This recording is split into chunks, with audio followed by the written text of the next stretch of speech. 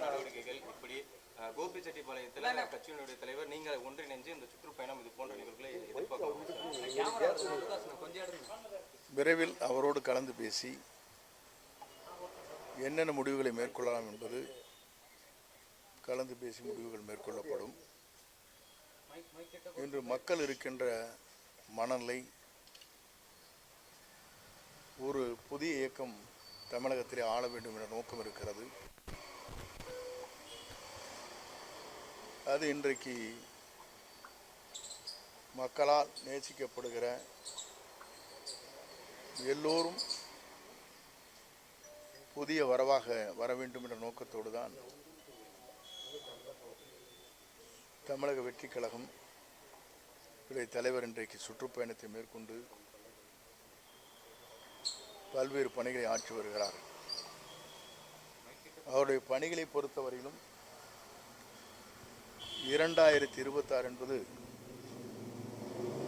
மக்கள் சக்தியால் ஆட்சி விடத்திலே அமர்கிற காலம் உருவாகும்.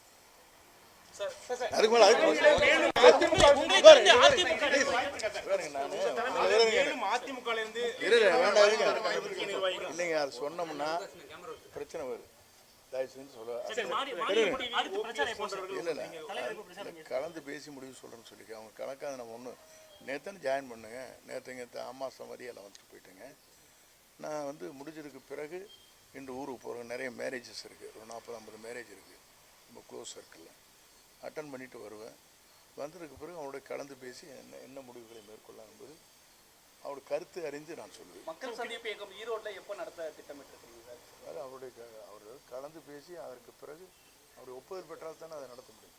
கட்சியினுடைய கட்டமைப்பை வலுப்படுத்த உங்களுடைய திட்டமிடல் என்ன இருக்கும், என்ன ஆலோசனை சொல்லியிருக்கீங்க சார்? ஏன்னா தலைமை ஒருங்கிணைப்பாளர் நீங்கள் தான் இருக்கிறீங்க. முக்கியமாக பொதுவாக எப்படி நான் இது வரைக்கும் செயல்பட்டிருக்கேன்னு உங்களுக்கு தெரியும்.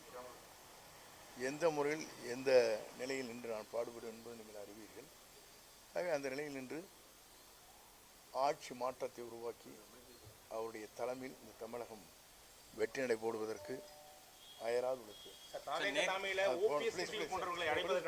அப்புறம் சொல்கிறேன், நான் விட்டுருக்கேன். கேட்பாங்க, உங்களுக்காக ஹெல்ப் பண்ணி போயிட்டேன்.